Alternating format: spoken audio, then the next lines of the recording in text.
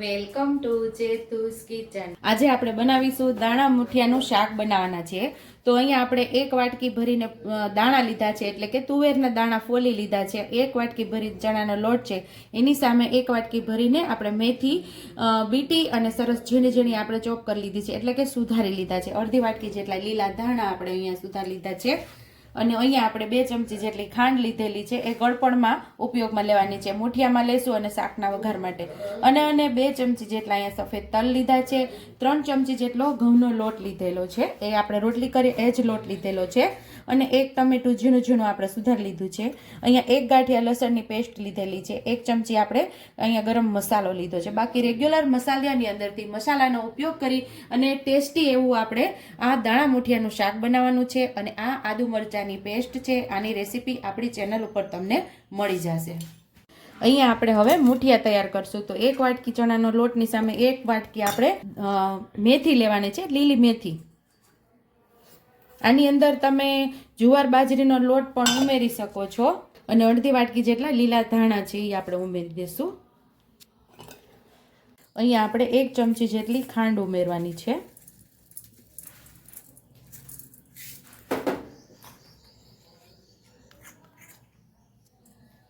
એક નાની ચમચી જેટલો ગરમ મસાલો ઉમેરશું।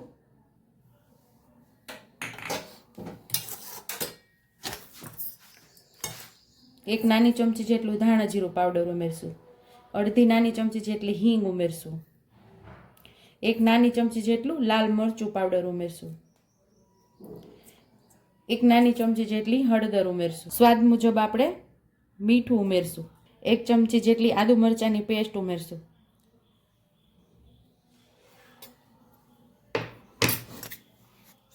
અહીંયા 2 ચમચી જેટલા સફેદ તલ ઉમેરી દેશું। અડધી ચમચી જેટલું લસણની પેસ્ટ ઉમેરી દેશું। અહીંયા આપણે અડધું લીંબુ ઉમેરી દેવાનું છે। મોણ માટે 2 થી 3 ચમચી જેટલું આપણે તેલ ઉમેરશું। આ બધાને સરસ મિક્સ કરી લેશું। પછી આપણે પાણી ઉમેરશું।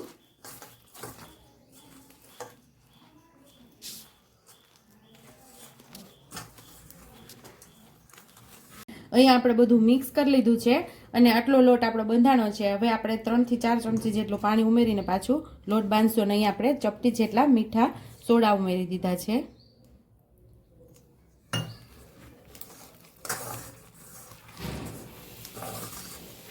હવે સરસ આપણે લોટ બાંધી લેવાનો છે।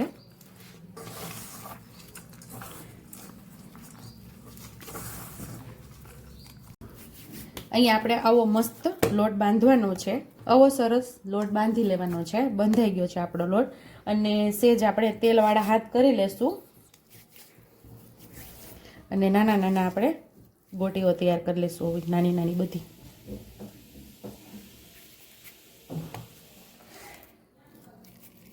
તો એ બધી ગોટી તૈયાર કરી લેશું આપણે નાની નાની। તો આવી જ રીતે આપણે બધી ગોટીને વાળી અને તળી લેવાની છે। તો સાઈડ ઉપર આપણે મુઠિયા તળશું અને આ બાજુ આપણે શાક વઘારી લેશું। તો અહીંયા આપણું તેલ સરસ ગરમ થઈ ગયું છે। તો 2 નાની ચમચી જેટલું જીરું ઉમેરશું અને 2 સૂકા મરચાં ઉમેરી દેશું। અહીંયા આપણે લસણની પેસ્ટ ઉમેરી દેશું।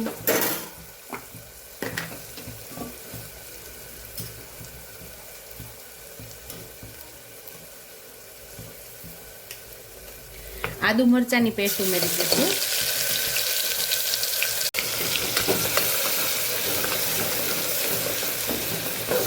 આદુ મરચાની પેસ્ટ ને લસણની પેસ્ટ સરસ સાતળી લેવાની છે। પછી તરત આપણે ટમેટું ઉમેરી દઈશું। થોડી આપણે મેથી ઉમેરી દઈશું। એ પણ આપણે સરસ સુધારેલી અને સરસ બીટેલી છે, સુધારવાની જરૂર નથી, એમ જ આપણે ધોઈને સરસ બીટી લીધી છે। તો મેથી ઉમેરીને પણ સાતળી લેશું। સ્વાદ મુજબ આપણે મીઠું ઉમેરશું। અહીંયા આપણે મસાલા કરી લઈશું। 1 ચમચી જેટલું લાલ મરચું પાવડર, 1 ચમચી જેટલું ધાણા જીરું પાવડર, અડધી ચમચી જેટલી હળદર, અડધી ચમચીથી વધારે થોડો ગરમ મસાલો અને ગળપણ માટે 1 ચમચી જેટલી ખાંડ। બધું સરસ મિક્સ કરી અને આપણે સાતળી લેવાનું છે। મસ્ત એવું સતળાઈ ગયું છે। તો હવે આપણે જે દાણા ફોલીને રાખેલા ઉમેરી દેશું।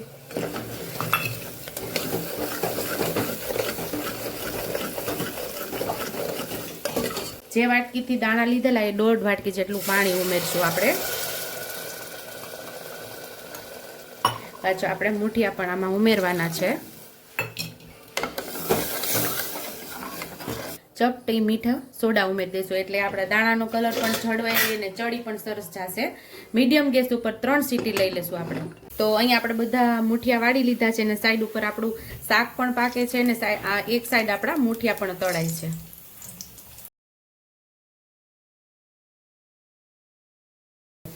આમાં એકવારમાં આપણા બધા જેટલા મુઠિયા બનાવ્યા હતા એ બધા આવી ગયા, એટલે કે જે આપણે શાક માટે ગોળીઓ બનાવી હતી બધી આવી ગઈ છે. અને આ જ ગોળી તમે વધારે પ્રમાણમાં બનાવી અને સ્ટોર કરી શકો છો.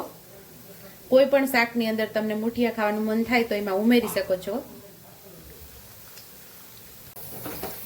હવે આપણે બધા ગોટાઓને ફેરવી લેશું, એટલે કે બધી ગોળીઓને ફેરવી લેશું. ઉપર નીચે આપણે ગોળીઓને કરી લેશું એટલે બધી બાજુથી એકદમ સરસ ગોલ્ડન કલર આવી જાય. અહીંયા સરસ ગોલ્ડન કલર આવી ગયો છે આપણા મુઠિયાનો અને મસ્ત એવા આપણા ગોટાની અંદર ક્રેક પણ આવી ગયા છે. ને જે આપણે શાક વઘારેલું એનું ગ્રેવી અંદર જશે ને તો એનું શાક બહુ મસ્ત, એનો ટેસ્ટ બહુ મસ્ત એવો આવશે. તો હવે બધા આપણે ગોટીઓને બહાર કાઢી લેશું. હવે બધા મુઠિયાને બહાર કાઢી લેશું, અથવા તો તમે ગોટી પણ કહી શકો. તો બધી ગોટીઓને આવા કલરની આપણે તળી લેવાની છે. તો જાતે જ હવા રિલીઝ થઈ ગઈ છે ને હવે આપણે જોઈ લઈશું. શાક આપણું મસ્ત પાકી ગયું છે. તો બહુ મસ્ત એવું પાકી ગયું છે અને હવે આપણે આમાં મુઠિયા ઉમેરી દઈશું. 2 થી 3 મુઠિયા આપણે એમાં તોડીને ઉમેરી દઈશું.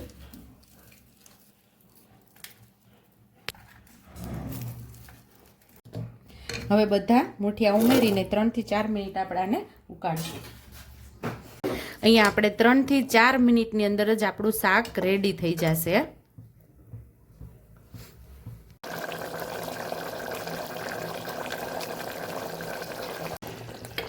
તો અહીંયા આપણે 4 થી 5 મિનિટમાં આપણું શાક તૈયાર થઈ ગયું છે. તો સર્વિંગ પ્લેટમાં સર્વ કરી લઈશું. તો તૈયાર છે અહીંયા આપણું ટેસ્ટી એવું દાણા મુઠિયાનું શાક. ઊંધિયાને પણ ટક્કર મારી દે દાણા મુઠિયાનું શાક આપણું તૈયાર છે. જો તમને મારી રેસીપી પસંદ આવી હોય તો મારી રેસીપીને લાઈક કરજો, શેર કરજો, સબસ્ક્રાઇબ કરજો, બેલ આઇકોનને દબાવતા ભૂલતા નહીં અને કમેન્ટ બોક્સમાં કમેન્ટ કરજો કે મારી રેસીપી કેવી લાગી. તો આવજો.